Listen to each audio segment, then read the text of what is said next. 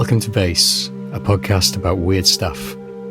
I'm Pt.2 Hine, and with me, as is occasionally true, is Stephen James Buckley, my esteemed associate and good friend.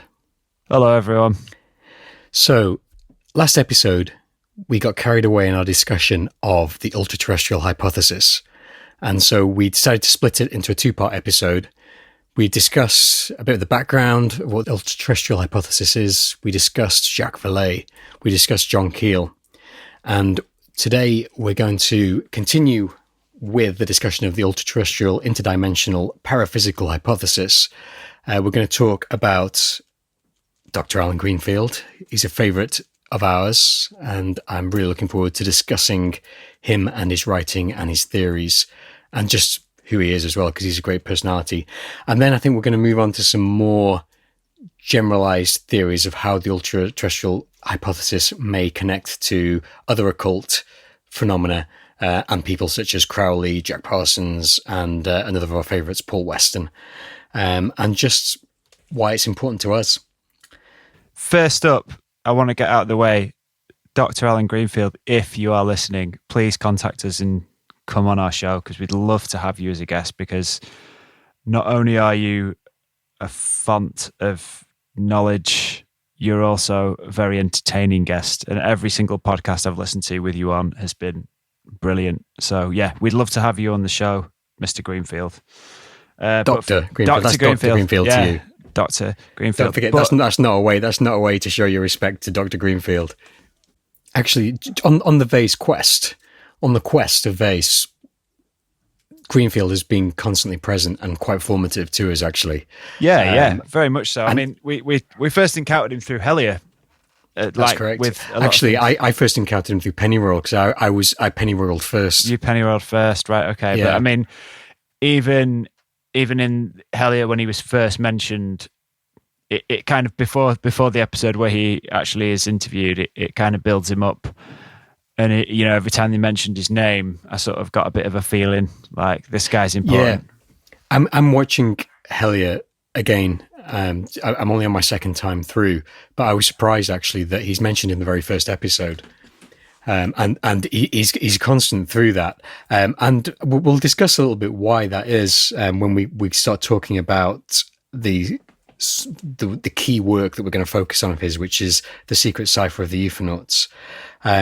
The other reason that it would be great to have Dr. Allen Greenfield on this podcast would be perhaps he could fill in some details about his background, because I've done some research and I've not found a great deal about where he's from and what he did in his, because he's been on the scene and he's been a ufologist for since years and years. Yeah, I mean, he's been a ufologist and later a magician, a Thelemite. He's a occultist. He's really lived the life, hasn't he? He seems to have, yeah. I mean, he's won awards for his contributions to the ufological field. He's been high up in the OTO, and obviously he's released this book, which has become possibly more so recently an essential text. Yeah, I mean, it's pretty mind blowing, really. I mean,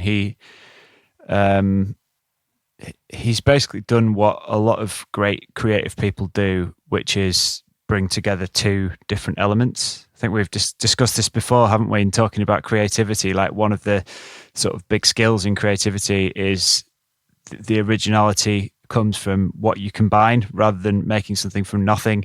It's actually the combination of two things, and his combination of kind of applying, sort of this ancient Kabbalistic mystical cipher to UFO names, which we'll go into some detail about in a minute. But yeah, that was a pretty inventive idea. Yeah, I mean, I think going tangential now, I think like that is how human creativity works, I reckon. I think that human creativity combines rather than... I think it's very, very rare that someone comes up with something out of the blue that's completely new. And I think that probably people like that are what we know as prophets and that sort of thing.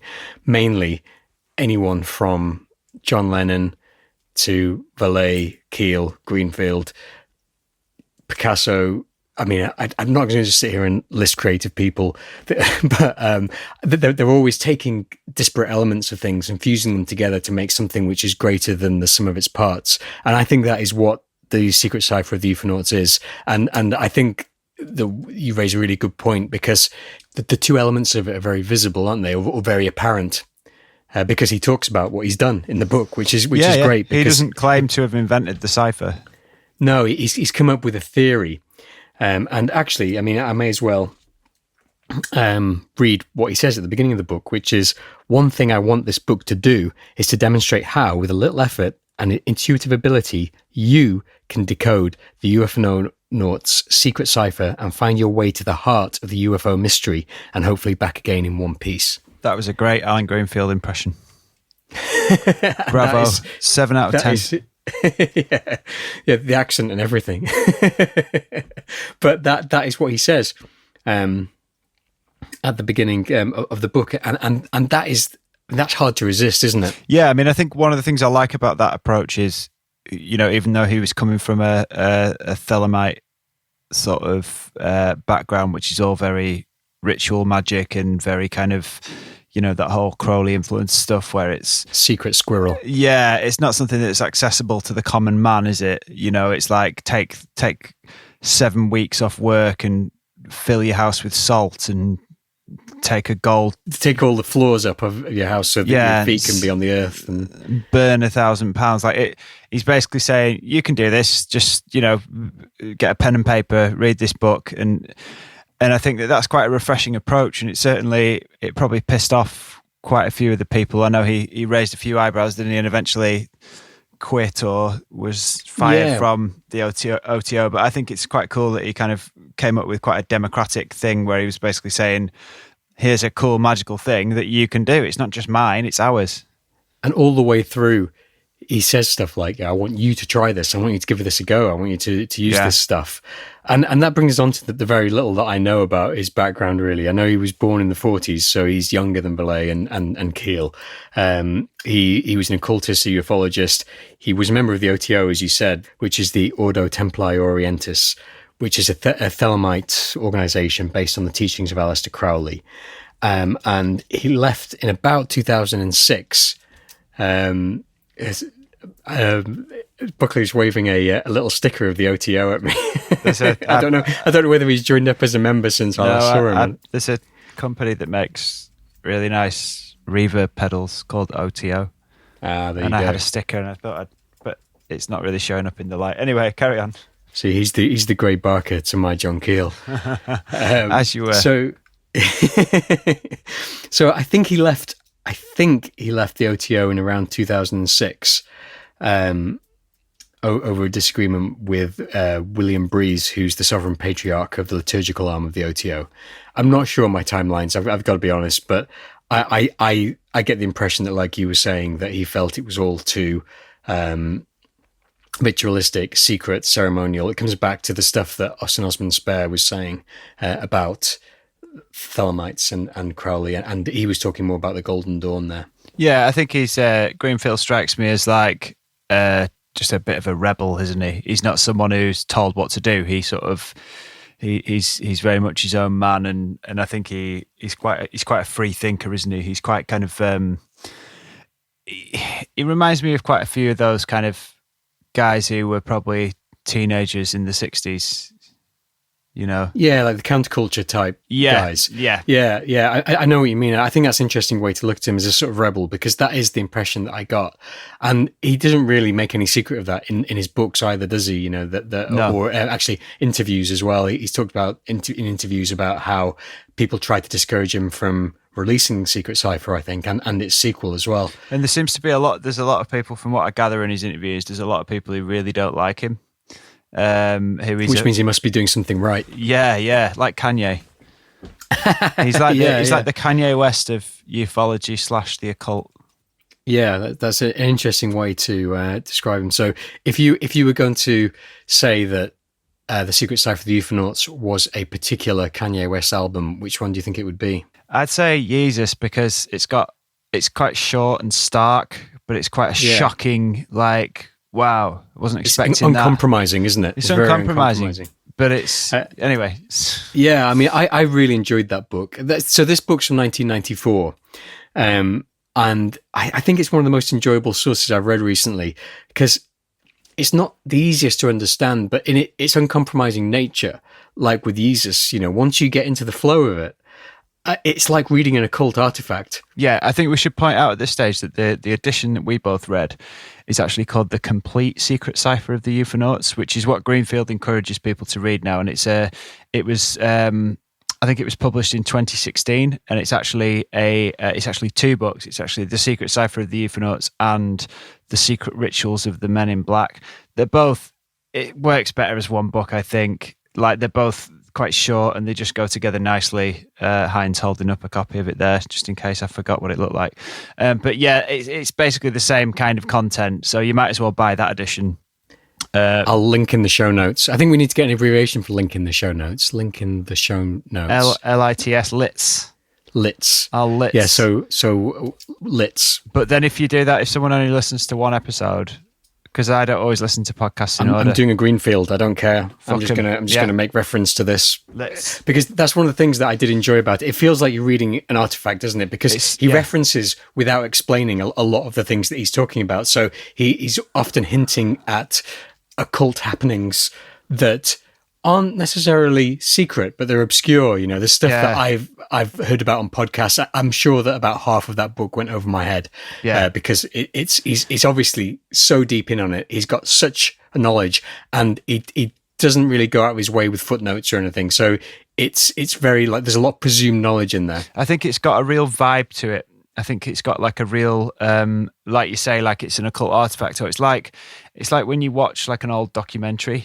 And it's very of its time, and it's like it's not perfectly written, if you see what I mean. It's almost got like it's kind of a bit rough around the edges, but it's conversational. I feel like the style of it, which is great because like you were saying when we were talking about it, that you can hear it in his voice. It's written the way he speaks almost. And it's a lot of ideas packed into the idea density is high in that book. And it's quite humorous as well, isn't it? It really does feel like you've found something, like you found it in the corner of a mysterious bookshop, like Ray's Occult Books or the bookshop on Neverending Story, and you've found it, and it's like the secrets in it.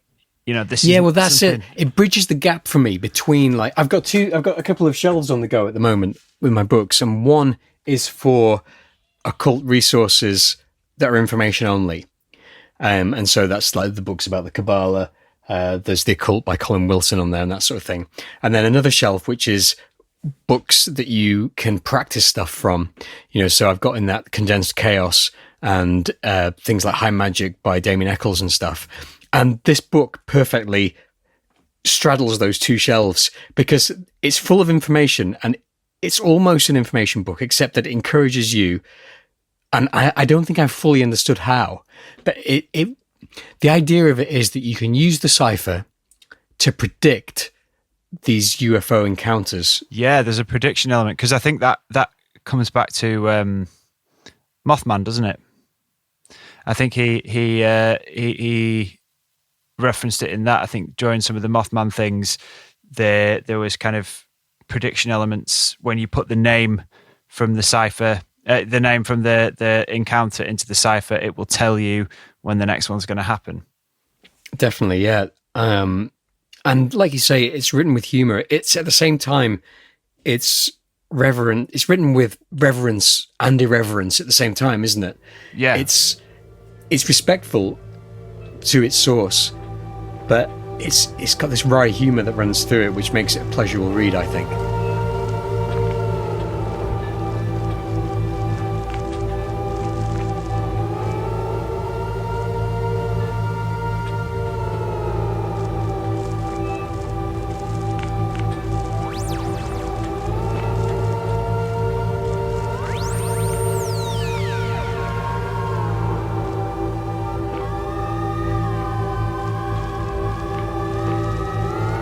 So, with Greenfield, we should maybe talk about how it works, like the kind of the mechanism of it. So, it's based on the idea that there's a hidden cipher in the Book of the Law by Aleister Crowley.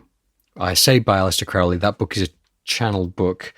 Do you want to give some of the background of that book? Or? Yeah, so he supposedly, obviously with Crowley, you've got to take everything he says with a pinch of salt, but there's probably some truth in some of it, and it's hard to know. Again, trickster type dude, weird sense of humour, said things that went over a lot of people's heads. Anyway, enough about Crowley. So he apparently channeled this book during a magical working he did in Egypt, and he channeled an entity called VYS.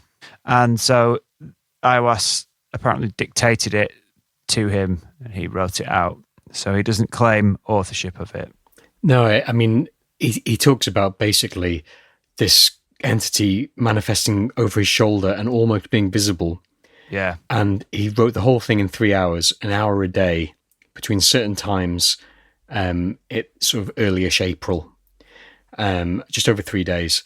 And I think there's quite a lot of evidence that what he's saying there isn't completely true. There's a book by Richard T. Cole called Liber El Vel Bogus.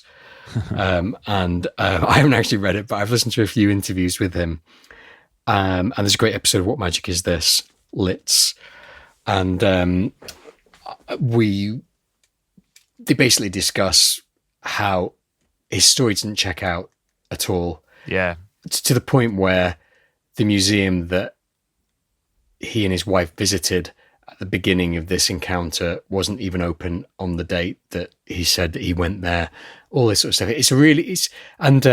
Richard T. Cole, he's a British guy. He's a Northern guy. He's an entertaining listen. So I would recommend that you listen to that.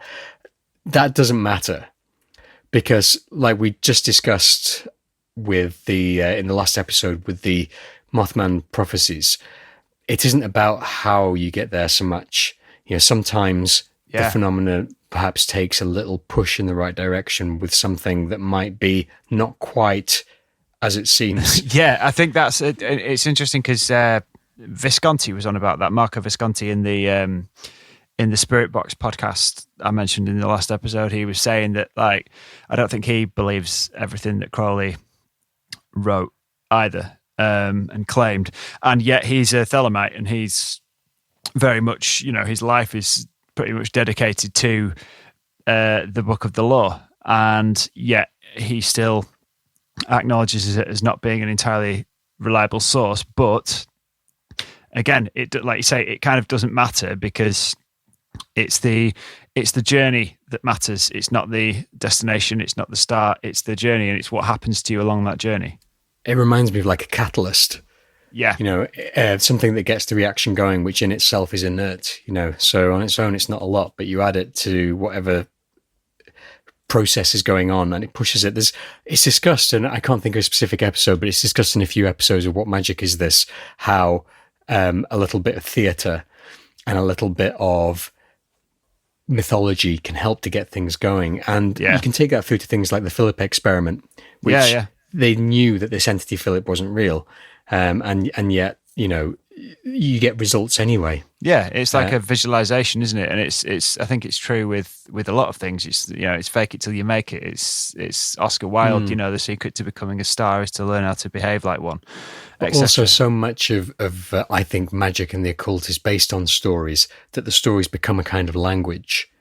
Yeah. So you have to start that story somewhere. You can't necessarily, if let's say almost like the fake it if you make it, if nothing's happening right now, just start the story. And I think one of the interesting things with Crowley that often comes up is that during another one of his workings, he apparently had communication with what was described by Kenneth Grant as an extraterrestrial intelligence. He had kind of an astral contact with it, and this intelligence was called Lamb. So Lamb's an interesting one in terms of what we're looking at, because Crowley did a painting of Lamb, and it looks exactly like a grey alien. I think you can probably link to it in the show notes. But Lits. So this picture of Lamb that he did, it was first exhibited to the public in, I think it was like 1919 or something, in New York, and bear in mind, 1919, this is 28 years before the first classic grey alien imagery, UFO imagery, alien imagery came about, in the way that we know it now.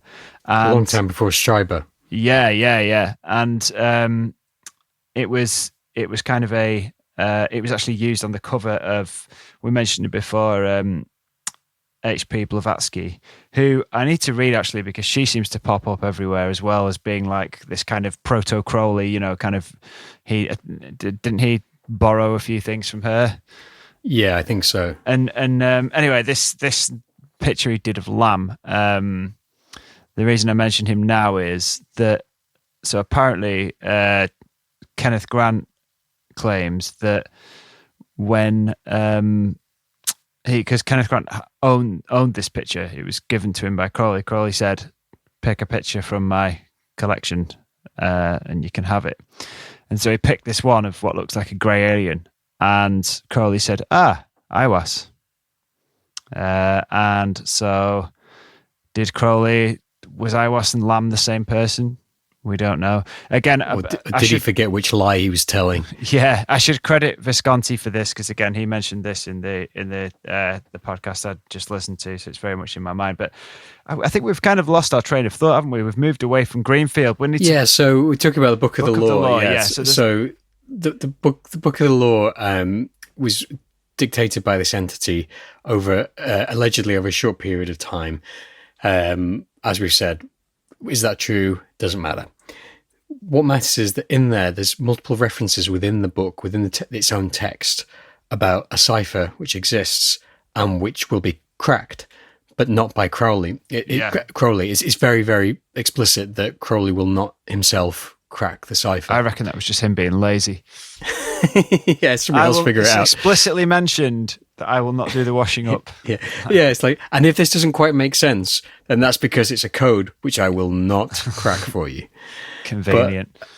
But, anyway, within it, there's of the handwritten text, there's a diagram which shows a grid with and a sort of circle and a cross.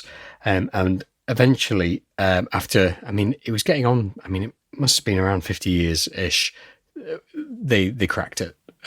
Specifically, it was someone called James Lees, who's a northern lad.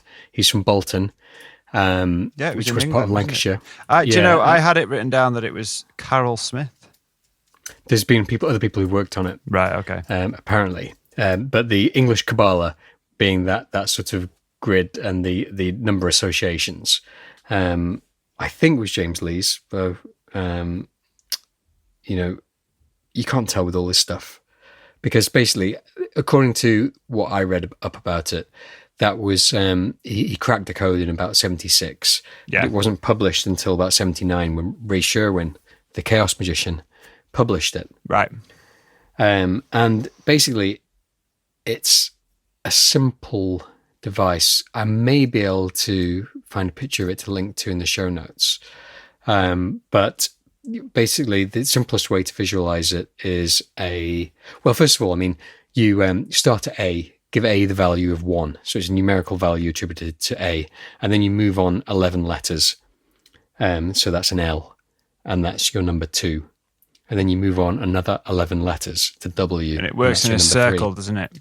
Then it loops back round. So then you so W, X, Y, Z, then back to A. You go through 11.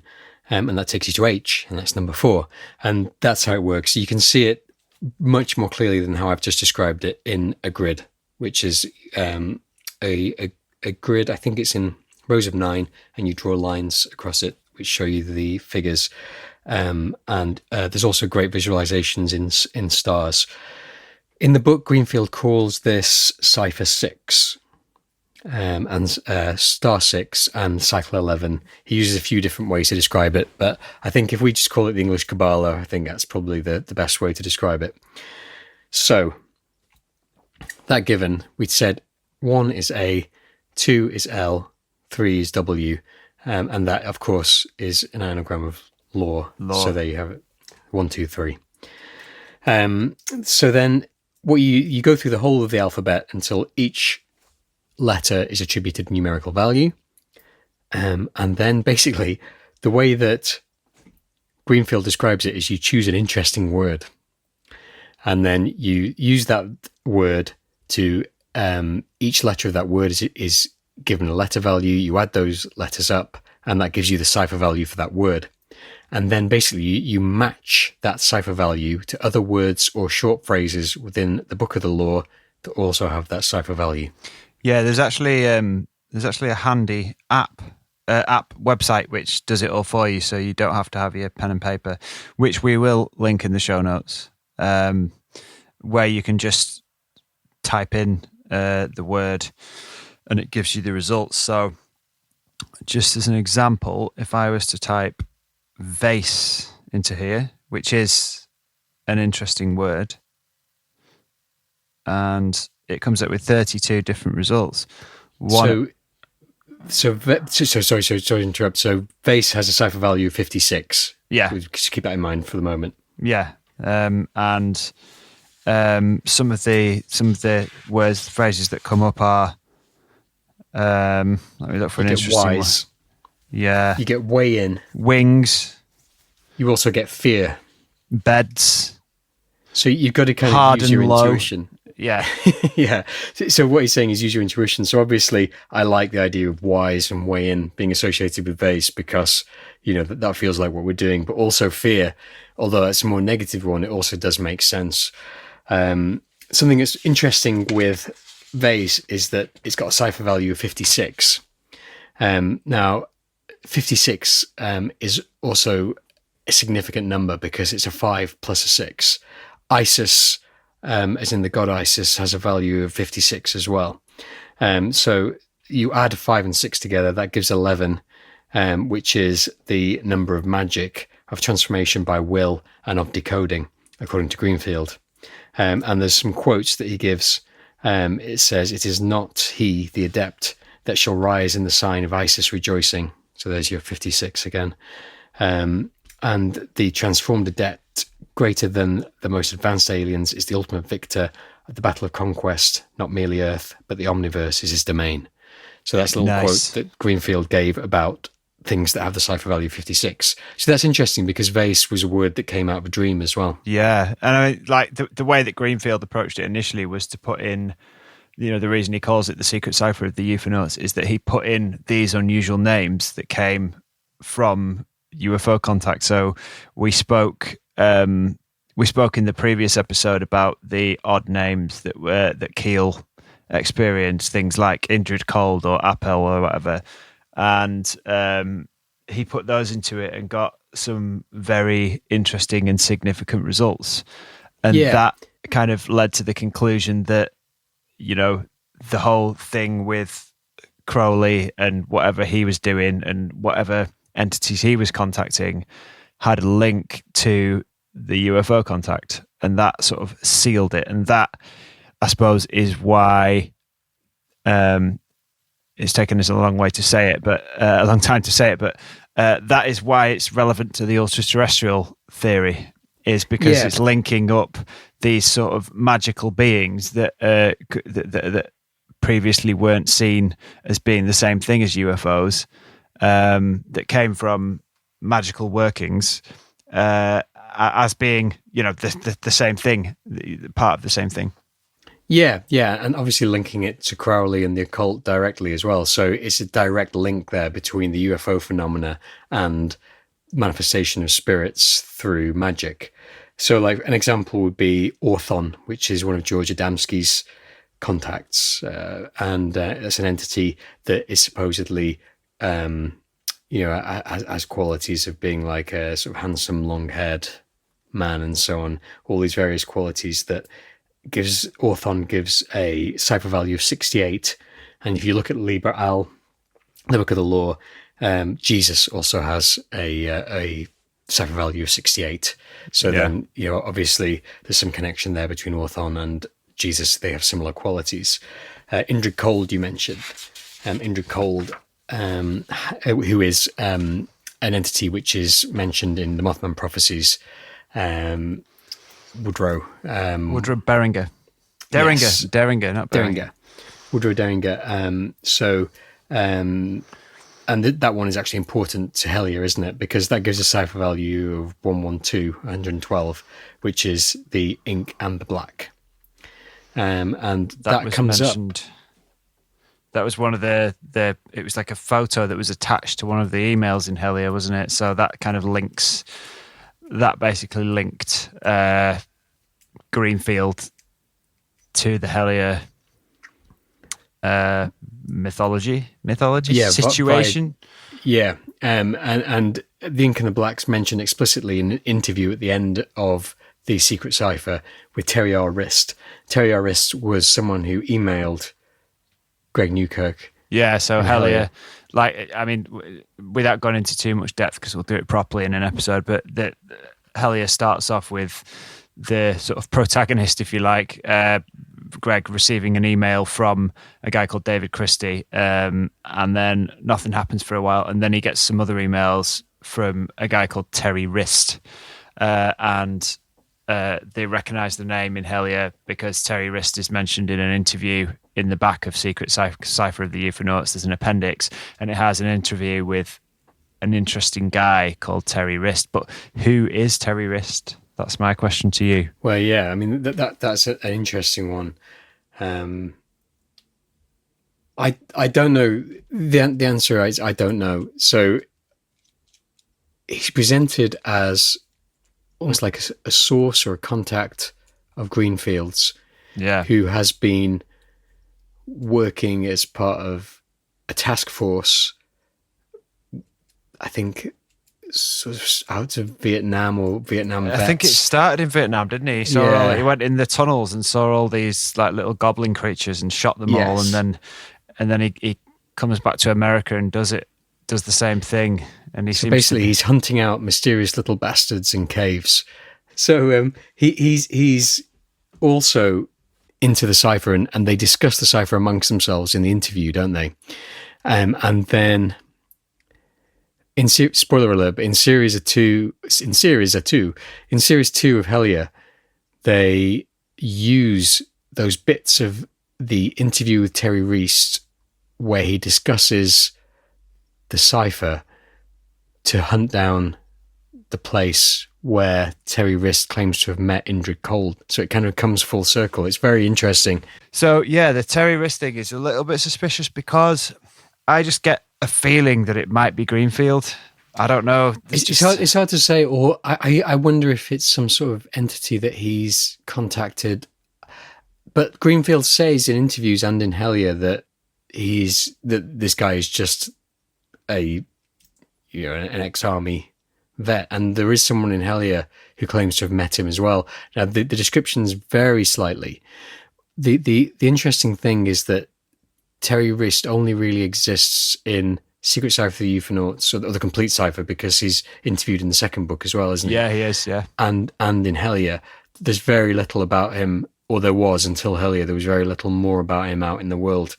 But I mean, that's because I guess if you're hunting out aliens in caves, you don't just give interviews to just anyone. Yeah, I mean, he's not going to be on Facebook, is he? If he's some kind of like libertarian gun freak, he's going to be alien hunter, basically. Yeah, but I don't know. If you think about the result of the Terry Wrist emails, like, okay, so the first email was David Christie, but then after that, I don't know. It's really hard to tell, and it's sometimes okay to just say you don't know. I think that's it. I think it's just part of the mystery, and mystery isn't a bad thing, as we've discussed.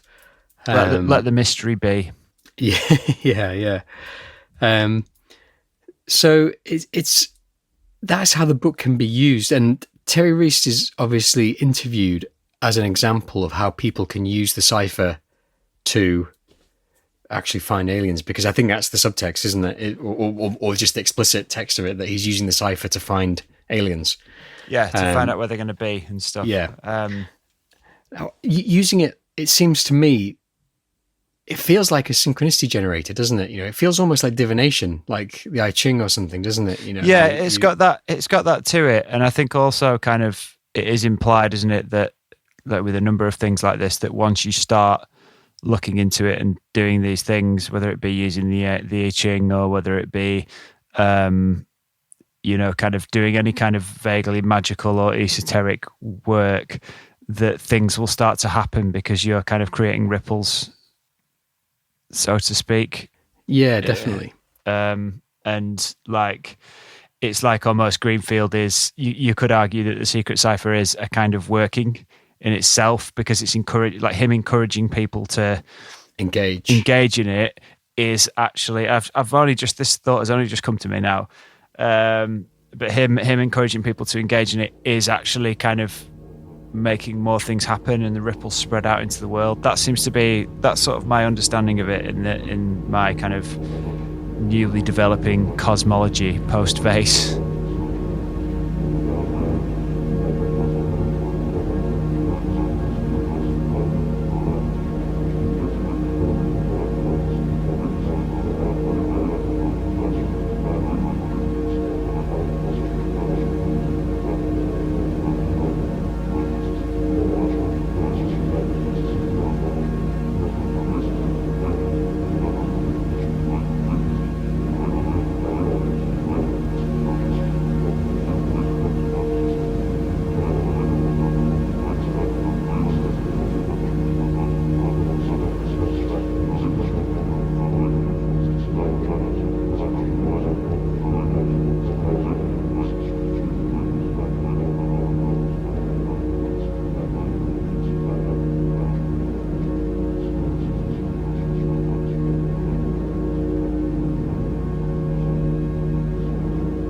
Should we maybe have a look at Parsons briefly? Yeah. Okay. So whilst we're on the topic of, because I think what we've done is we've looked at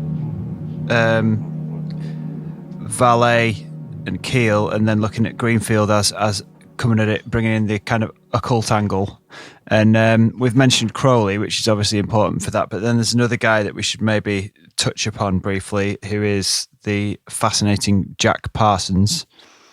Yeah. And I first encountered him, oh God, I don't remember when it was. It was probably about 15 years ago. I read this book called Sex and Rockets about Jack Parsons, and that is a fantastic book. It was written by a guy called John Carter, and it basically describes all of Parsons' weird life. And he was this guy who was like this scientist who he was like responsible for rocket fuel, wasn't he? He was the guy who was in the jet propulsion laboratory. He founded the jet propulsion laboratory.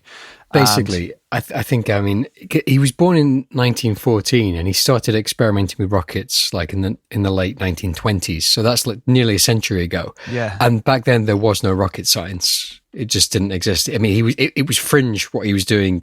Even in scientific terms, what he was doing was fringe. And he was born on the 2nd of October 1914, which interestingly is the day when the Jehovah's Witnesses believed that the world would end.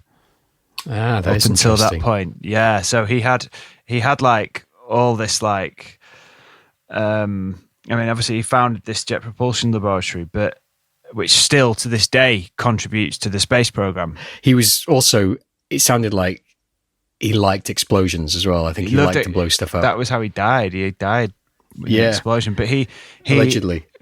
I mean, the dude has got like a crater on the moon named after him. But he was also a Thelemite and a ritual magician. So he was also hanging out with Crowley and his lads. And I mean, he's got loads of connections to weird stuff. So I mean, obviously he was an occultist. He was a Thelemite.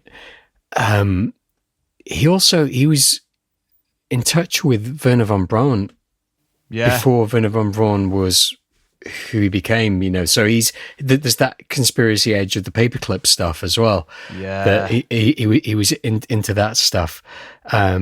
He was also, I think, by all accounts, a bit of a bastard, as a lot of these people are.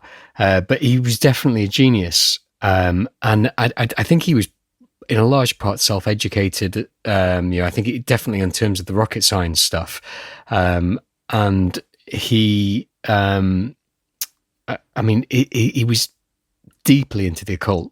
wasn't he? I mean, this wasn't just a passing fascination or a sort of a little bit of spiritual thing. I mean, he was steeped in it. Yeah, and I get the impression from what I've read. It's been a while since I read Sex and Rockets, but I've kind of brushed up on it a little bit. And he was really into it, but he was also maybe slightly naive in some ways. And I think that's certainly how Crowley saw him. And I think Crowley was kind of a bit dismissive of him after a while. He kind of thought he didn't really know what he was doing, and he was a bit naive. He became a bit of a superstar, didn't he? Yeah, he was like a rock star. He was like really good looking, and he had all these parties. He had a house called the Parsonage, which is fantastic. Yeah, and he had all these 1970s earlier. All these like people like his 30s and 40s, wasn't yeah, he? Was... L. Ron Hubbard and Robert Heinlein and Ray Bradbury. You know, they'd all be coming to his house and partying, and he'd have these parties where he'd have like a big bonfire, and he'd be chanting Crowley's Pan invocation and stuff like that. Well, basically, yeah. I mean, he did the Pan invocation before every rocket launched, didn't he? Yeah. He was into these rockets when they were fringe.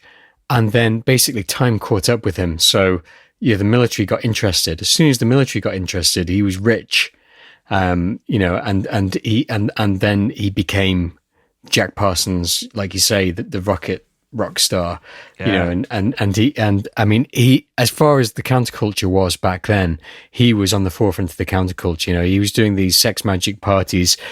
He was married, and he went off with his wife's 17-year-old sister, and his wife didn't really mind. She went off with someone high up in the Thelmite organization that he was part of. He became mates with L. Ron Hubbard. L. Ron Hubbard stole his 17-year-old mistress. Then L. Ron Hubbard stole his money to buy some yachts, and then he and L. Ron Hubbard went out into the desert and did some sort of crazy ritual. Yeah, it's mad. I mean, like like I said, I've read Sex and Rockets like 15 years ago or so.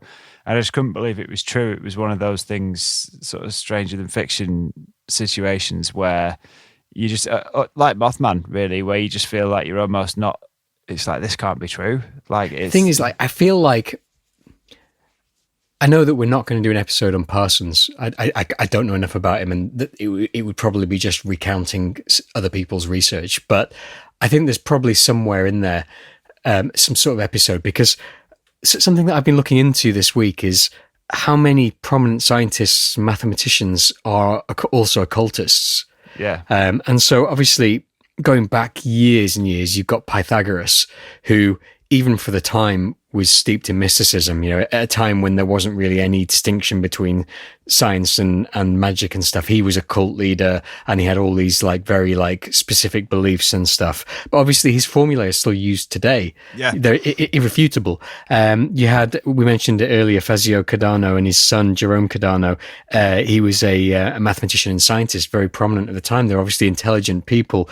Paracelsus, who we mentioned earlier, you know, he was a pioneer of the medical revolution of the Renaissance. Isaac Newton was a notorious alchemist, you know, like very, very into that side of stuff.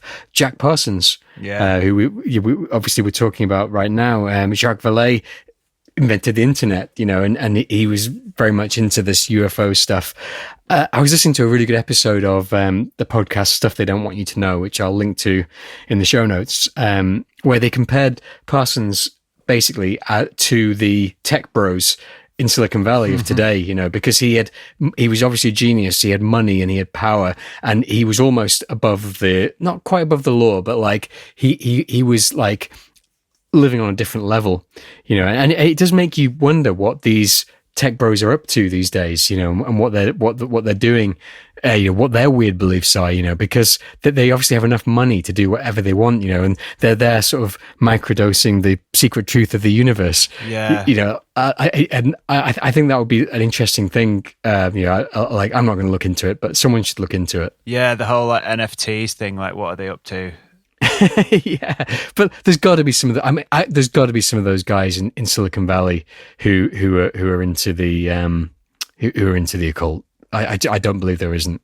So the reason we bring Parsons into this is not just because he was fascinating, but because one of the rituals that he did in 1946 with L. Ron Hubbard was known as the Babalon working.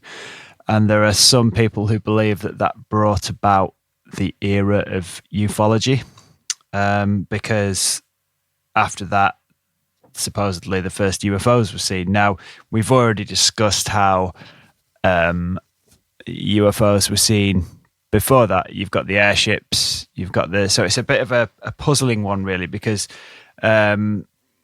you've got people who are acknowledging the ultra-terrestrial theory whilst also saying that Parsons brought this about. So it's a tricky one. I mean, because I know that there's also theories that it was the atom bomb that brought it about.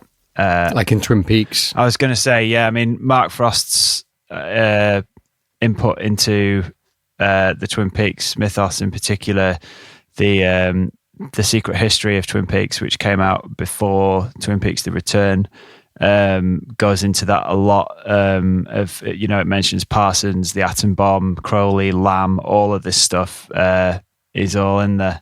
I mean, you can go as deep as you want into the Parsons rabbit hole. There's loads of stuff linking him to CERN. Like, apparently there's someone called Jack Parsons who works at CERN, and someone called Crowley who works at CERN. And I mean, like, there's some real heavy conspiracy stuff about him. But what you were saying about the Babalon working, like, from what I read, he was disillusioned after losing his 17-year-old mistress. So he went to the desert with the person who stole his mistress to summon the Whore of Babylon. Yeah, it was. Well, I think it was like it was the idea of the divine feminine, and it was bringing about the new. It was to bring about the new aeon. Basically, yeah, he had a bit of a thing about birthing an antichrist, didn't he? He wanted a moon child. Yeah. And he thought the person to do that with was the Whore of Babylon. Yeah, I mean, I'm not sure she was the Whore of Babylon, but she was called Marjorie Cameron, and she just sort of rocked up at the parsonage, and she had red hair and green eyes, so they assumed that she was like, must have been a bit mystical or whatever. But and they basically did a bunch of sex magic ceremonies with her, Parsons, and L. Ron Hubbard. And then Parsons actually went out alone after that into the desert to invoke Babalon. And that's where he received a transmission, supposedly, similar to his pal Crowley, which became his book Liber 49, which he considered to be another chapter of the Book of the Law. But it's interesting because Marjorie Cameron supposedly turned up after the Babalon working started, but she didn't actually conceive a child. No, but then there's the weird. There's some weird stuff. I mean, Michael Hoffman, who's another notorious shit. He's mentioned in Pennyroyal, isn't he? Yeah. He's a real piece of work, a Holocaust denier and all the rest of it. So he's already not the most reliable of sources. But apparently he either has a theory or claims to have evidence. And again, I don't believe this for a second, but what he says is that after that heavy period of sex magic that Parsons and Cameron undertook, she did conceive a child and they had an abortion. Right. And this is the weird bit. They gave the remains of the abortion to the US government. Oh, of course. So, like I said, you can go as deep as you want into these weird conspiracy rabbit holes. It's I probably don't think it holds any water. sat there in a drawer with the pancake. Yeah, like in Raiders of the Lost Ark. Yeah. What is it? Top men on the case. Top men. But I mean, there's I think there's just a lot of bullshit about this. But what's interesting is that they never really finished the Babalon working, did they? Which is because obviously 1946 they do this. What was it? 47 Kenneth Arnold, 47 Roswell, yeah, and then there's a flap all the way through, the 40s, 50s, and 60s. I know, like Kenneth Grant has written, who was Crowley's kind of secretary and who carried on his work after his death. He specifically said that Parsons opened a door and something flew in and stuff like that. But I'm not sure. I think that it's maybe, so the way I see it is, and I know that I'm no expert, that this is just, again, my gut feeling, is that perhaps something happened, but it's not as linear and as straightforward as just that Parsons did this working and aliens came. I think it's probably, so again, back to Kenneth Grant, he's talks about this thing called the idea of tangential magic, and the idea of that whenever a person does a form of magical working, whether it be a high-end ritual like Parsons and Hubbard did, or whether it just be as simple as, doing a little bit of sigil magic, or even just, reading a horoscope, anything, any time a person engages with that current, there are ripples that spread outwards and things happen in ways which you don't necessarily expect. And so, and I think there's a lot of cases of this where people go out looking for UFOs and they end up seeing Bigfoot.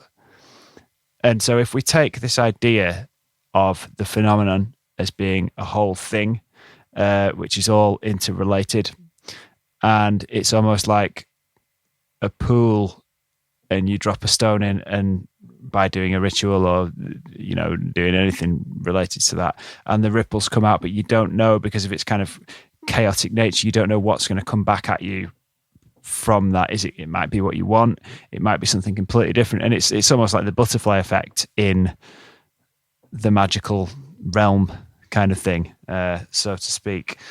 Yeah. And my feeling is that I don't doubt, it's similar to the whole thing with Crowley. I don't doubt that shit happened and things happened that are outside of what science can explain, that could be called magic or contacting entities.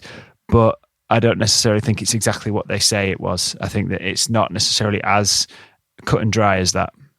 No, I think that obviously to say that the Babalon working or that Lamb or whatever opened the door to all these entities and phenomena would be to discount the work of Vayse and Keel, wouldn't it? There's got to be, you don't know. Vayse himself talks about entities not responding to time in a linear way. So, perhaps ripples from that went backwards in time as well as forwards, and there's that sort of thing. But then I imagine people have been summoning this stuff throughout history, haven't they? I don't think Parsons invented the Babalon working necessarily. It will be all stuff that's come, people have been doing these rituals. Yeah. Oh no, he was using Enochian magic back from John Dee. So there's Dee again that we mentioned in the last episode. Sweet Dee. Sweet John Dee. And so there's, what's interesting, I think, about Parsons as well is just on the surface of it, he was literally on the summoning entities and phenomenon whilst also building nuts and bolts spacecraft. He was on both sides of it, and that's really interesting as well. Plus the fact that all this technology, for ages there was a literal cover-up where they discounted the work of Parsons. He's more famous and well-known now, but for years they tried to erase his contribution because of his weird beliefs, because after he'd had this period of success, and the war had come and gone, you got into the late 40s, there was the Cold War. He had connections, obviously, from his counterculture days to, or suspected connections to socialism and communism. Yeah. And there was the US government basically made him penniless, and they took him off the payroll. He ended up, I think he worked in movie special effects, didn't he? I think that was he had some kind of far less high paid job, and he had to. I think the parsonage was like bulldozed. Crying shame. Yeah, I know, the parsonage. We should make a parsonage. Yeah, I think we're kind of a bit too established in our comfortable lives to make a parsonage. Parsons as well is a connection to Hellier, isn't it? Which we'll yeah. That was actually, I remember thinking that when I was watching it. Just like another thing that, from going back to the whole kind of late 1940s thing, there was also around that time, I'll pronounce it wrong, but there was the Nag Hammadi texts, which were some ancient Gnostic texts relating to the divine feminine, and relating to this same concept that the Babalon working was trying to bring about. And these Gnostic texts were discovered in like a cave somewhere, I've forgotten where, but our friend Philip K. Dick linked these to his Vayse experience. Okay. Which is another link to, the whole idea of an ultra-dimensional entity, and the whole idea of there being other layers, other frequencies. The whole Dick had this idea that there was almost like a world overlaid on top of ours, and which is a bit of the eighth tower that you mentioned last episode, isn't it? Yeah, it's got very that much sort of so. idea. I mean, I find it difficult to unravel Philip K. Dick. I think he was already pretty unraveled, to be honest. Yeah, I mean, I can't work out how he fits into it all. Although, obviously, a lot of his beliefs fit in exactly with this stuff. Yeah, he was so messed up, wasn't he? And obviously he was a fiction writer as well. I mean, because even Vayse was an actual experience, but it was also a book, wasn't it? And it's difficult to tell which is which and what's real and what's fantasy. Yeah, or fiction. and apparently, sort of a lot of elements of his stuff were kind of channeled in a way, and that, like you say, the lines are blurred with Dick, but it would be interesting to do some kind of divination based on that as a channeled text. Or even put some of the names into the secret cipher. Yeah. I read a great biography of Philip K. Dick. I think it was called "I'm Alive and You're Dead" or something like that. I'll link, if I can find it. I'll link it in the show notes. But that presents his life as a Philip K. Dick novel.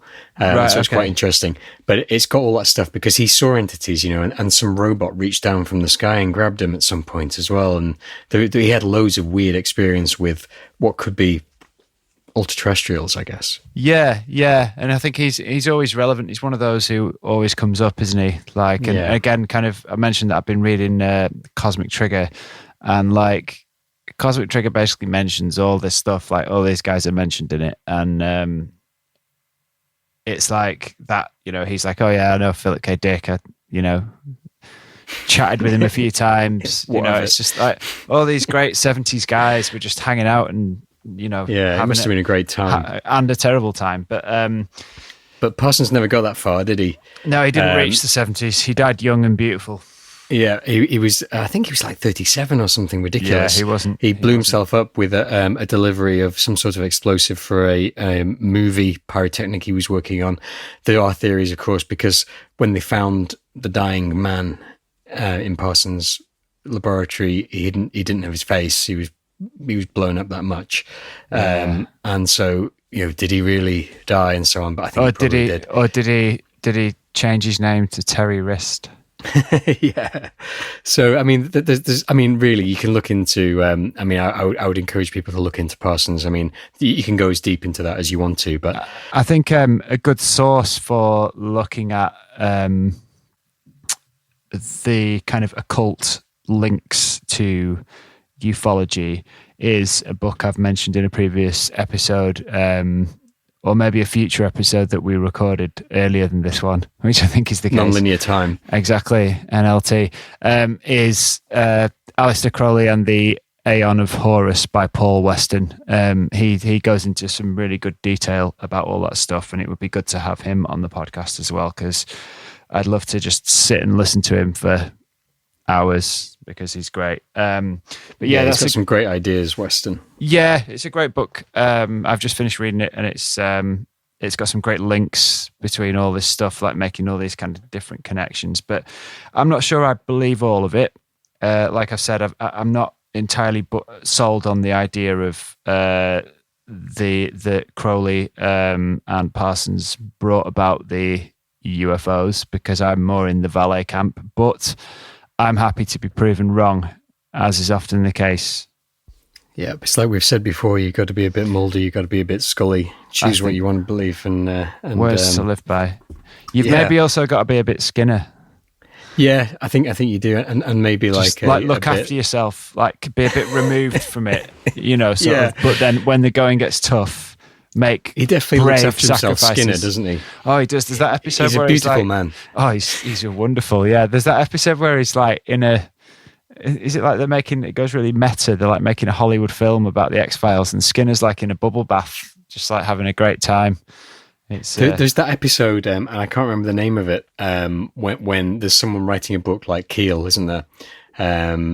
Is it Jose Young's? From outer space. Yeah. There's there's characters in that called Vayse, isn't there? And I think Hynek as well. So yeah, they knew what they were doing with the X-Files.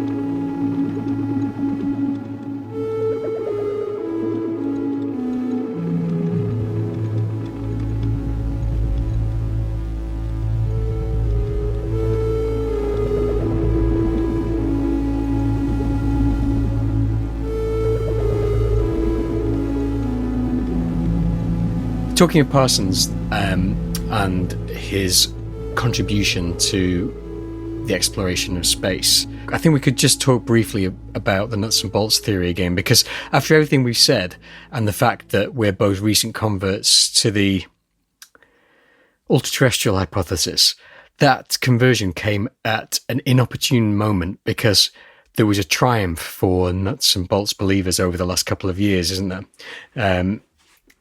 Basically, the US government, the Pentagon, came out and said, yeah, all right, UFOs are real. We see them all the time. We don't know what they are. But they're bad, and we need to stockpile loads of weapons. Yeah. And put... And it's interesting because it's something that I'd wanted for ages, that sort of admission. And it came at a time when I really wasn't invested in the nuts and bolts theory.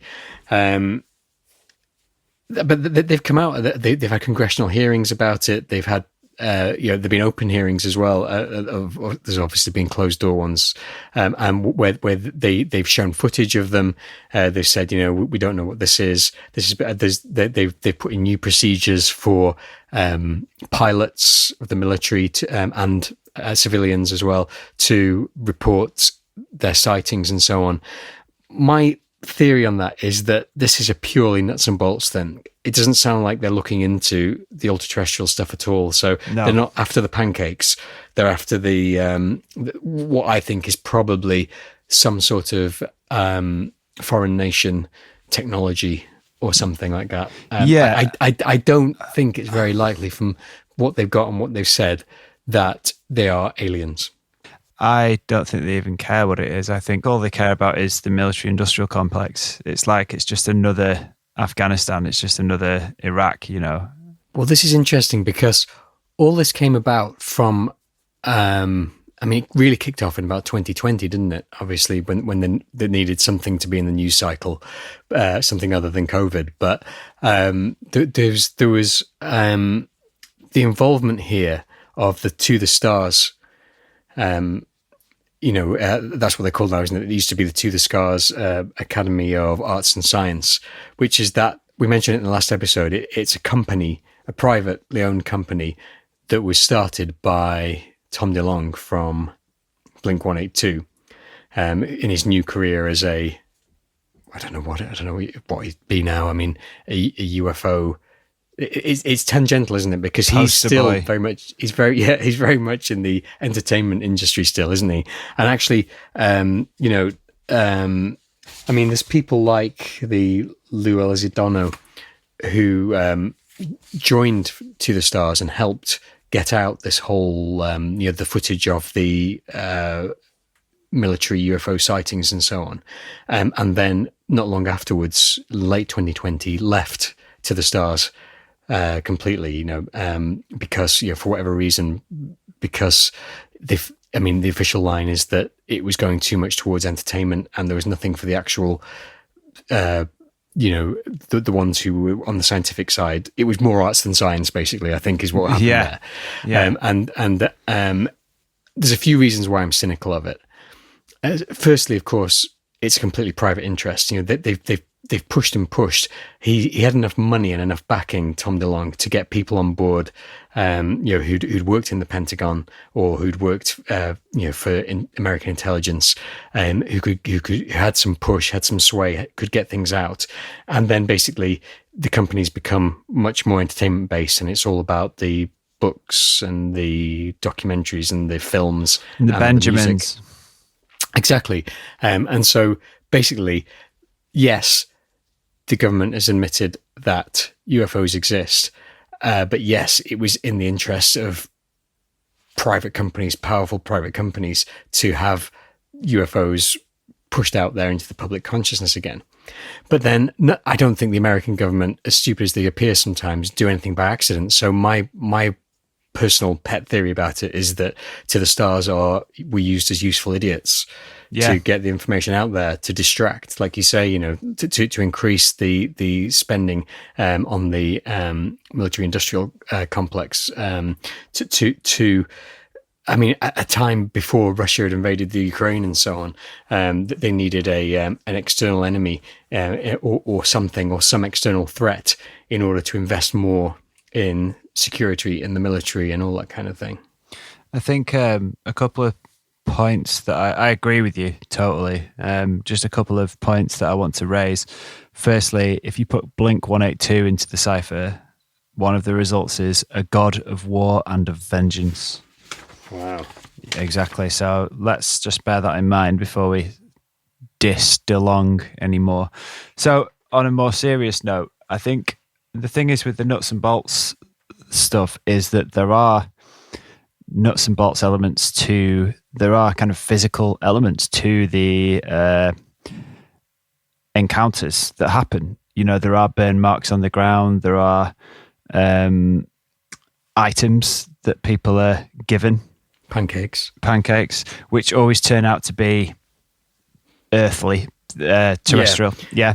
It's like when people find the bits of metal and they turn out to be tinfoil or something. Yeah. But like when they found there was something else. Now, I think some of the time that's just people lying, but other times I think that there is that element that we talked about last episode where you're given gold, but it turns to coal. Yeah. And I think trickster element. I think it's like it's important to not, to someone who was cynical of the ultra-terrestrial argument could say, well, what about all these physical elements? If they're from a different dimension, why is it that they're having a physical effect? I think that that's probably because they can be a bit of both, and they can manipulate matter. They can manipulate whatever they want, can't they? So I think that's something to bear in mind. And then another thing to bear in mind also is I think that there are instances where there are craft and technology that are beyond what most of us know about, which are seen in the air. And like the what do you think those are? Like, do you think the stealth bomber?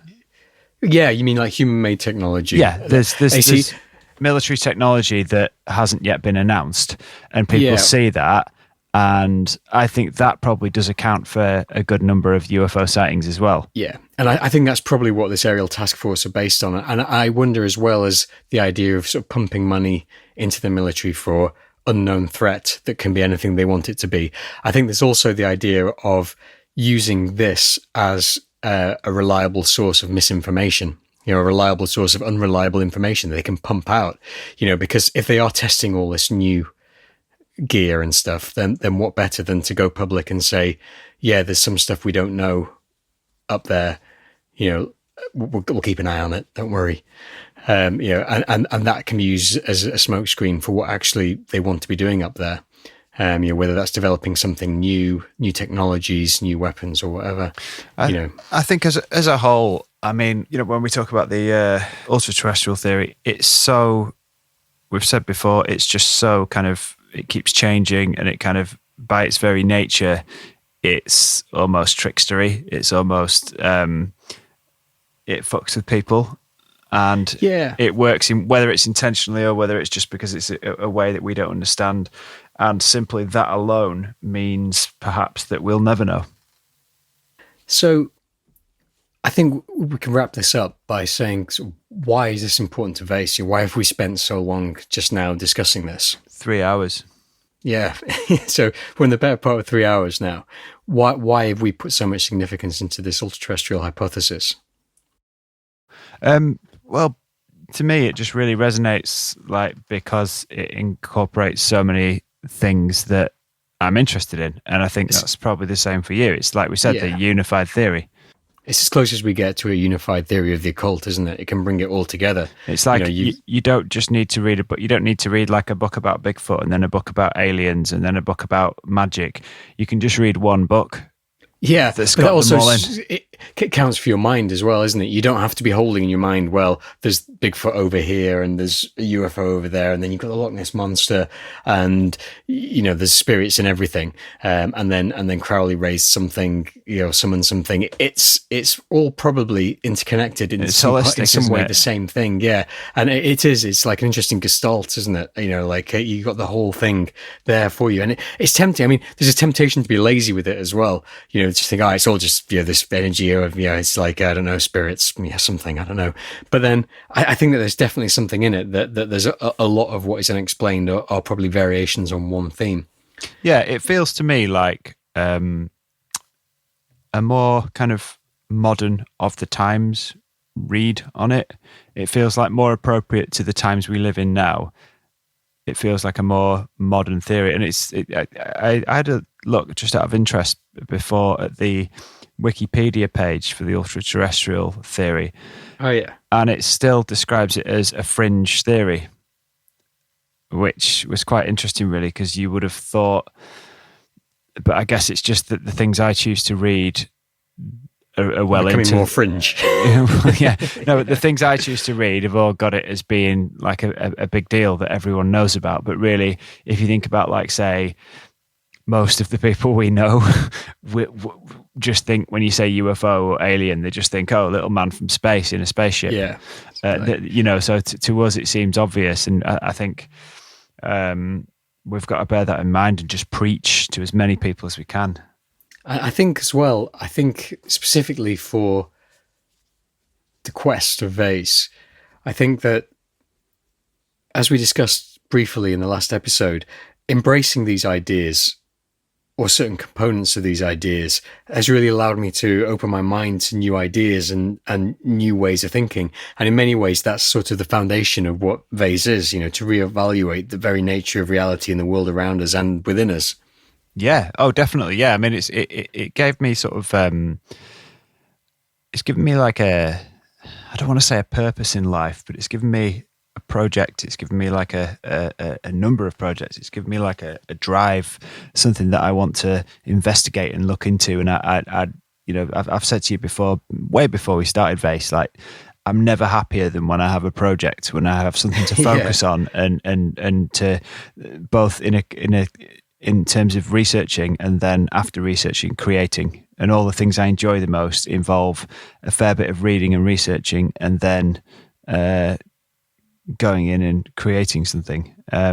Yeah, and it's such a rich area to be looking into as well, because this idea of the ultra-terrestrials hypothesis, you've got UFOs, you've got cryptids, you've got the magic, you've got spirits, ghosts, all this stuff, I mean, it's like the Usborne Book of Ghosts, the Usborne Book of UFOs, and the Usborne Book of Monsters are all one book. Yeah. And we're now reading it. And boy, what a book. Yeah. And so, yeah, I mean, I think that this is sort of probably as close to a sort of universal theory for all this stuff as we can get. And I suppose it's fundamental now to the path that we're sort of looking on and that we're investigating.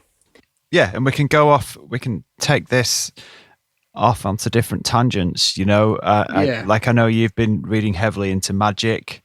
I've read a bit about magic. I'm looking into like the time loop stuff and the dreaming stuff, and like it's just we're kind of each taking it in our different ways and then bringing it together, and And this theory is sort of central to it all, or some variation of this theory, or something like that.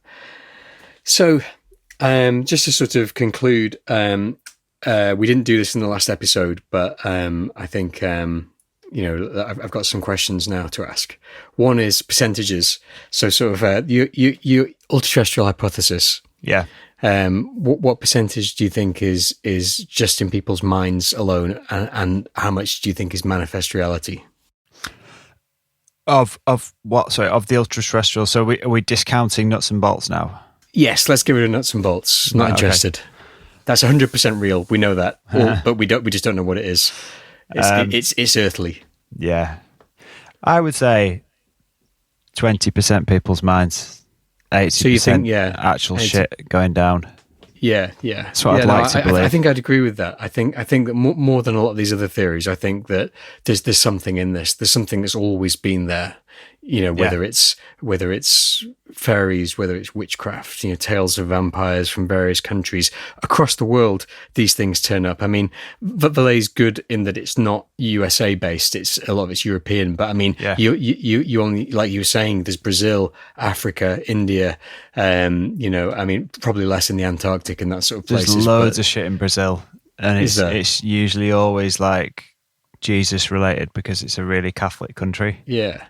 But I mean, cross cultures, across the world, there's something that will fit the description of these entities. Yeah, it's just viewed through a different cultural lens, so it's kind of slightly different, but it's all, like Keel said, the same data, the same pattern.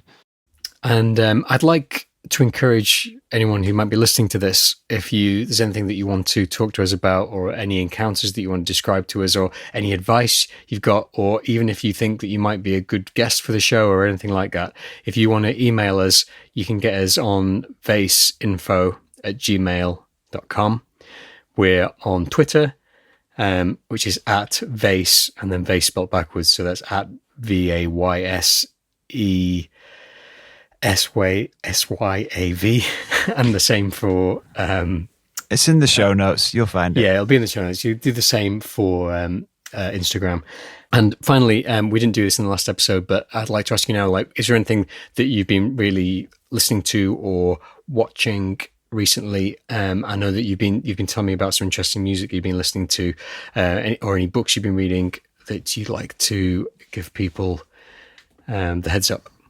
So I mentioned I've just finished Cosmic Trigger Part 1 by Robert Anton Wilson. It was an audio book. I didn't read the actual book, but it's one of the best things I've ever read. It's phenomenal. It's just really great. And for anyone who's interested in all this stuff, it's almost like the beginning. It's almost like everything is covered. It's sort of years ahead of its time, and it's a fantastic book. I'd highly recommend it. I'm looking forward to reading the next parts. I've just started reading Time Loops by Eric Wargo, which no doubt we'll mention in more detail, but it's to do with, again, it's mind-blowing shit, and it's to do with like non-linear time and retrocausality, and it's insane. It's really great. And I've just finished Liminal Dreaming by Jennifer Dumpert, or Dumpert, I don't know how to pronounce her name, and that's all to do with like the idea of hypnagogic states and experiments you can do within that, which is something I'm really interested in because I love getting into hypnagogic states. And it's got a series of different like experiments you can do to kind of channel things from your subconscious. And just before we started recording tonight, I actually got a voice record. I'm so voice tired. Recording. Yeah, it's like an app that starts recording when you've voice activated. That's the word I'm looking for.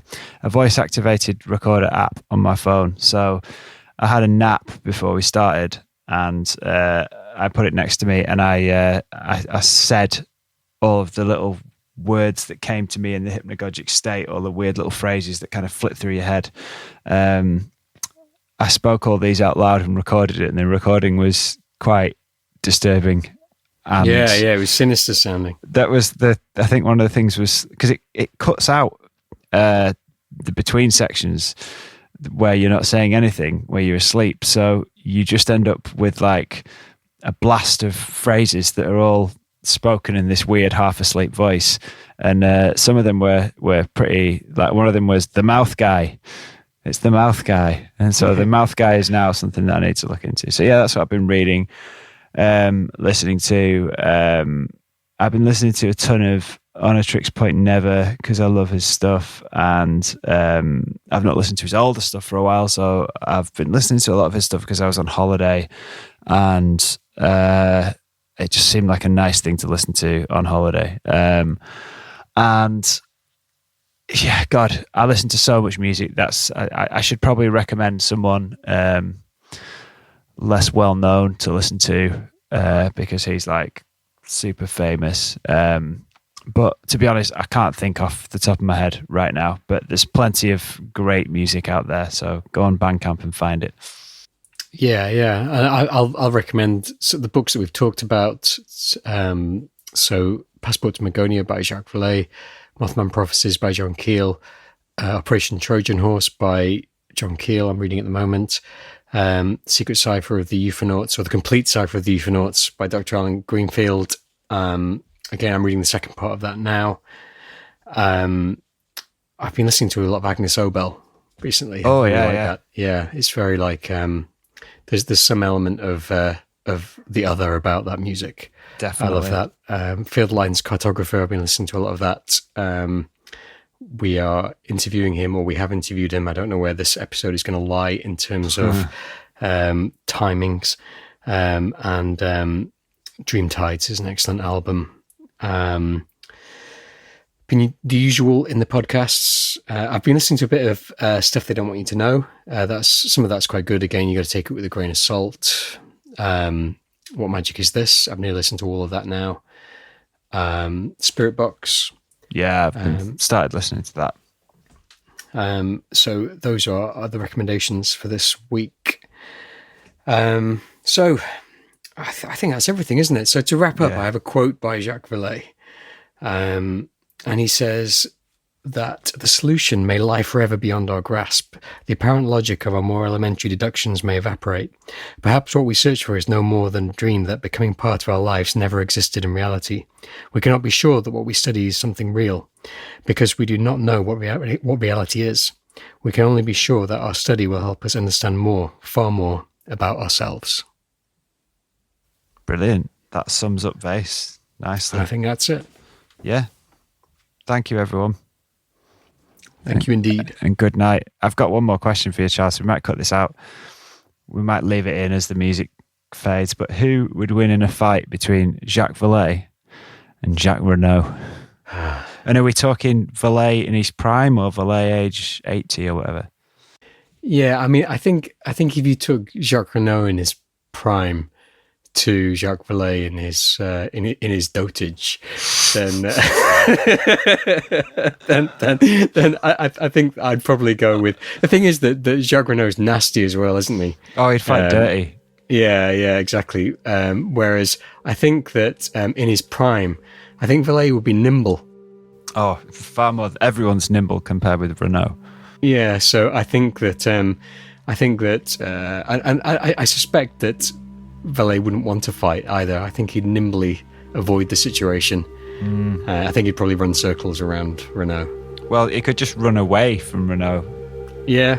Like, I don't know, Renault is like cocaine and whiskey and all sorts, Yeah, I mean, the problem with Renault is that he comes with brothers, doesn't he? He comes with brothers and Leo Johnson. Yeah, so, I mean, but then, would you have then, like, Jacques Vallée with Keel and Greenfield? Oh, now we're dream talking. team. Yeah. I mean, I wouldn't want to mess with them as a unit. No, that would be a unit indeed. An absolute unit.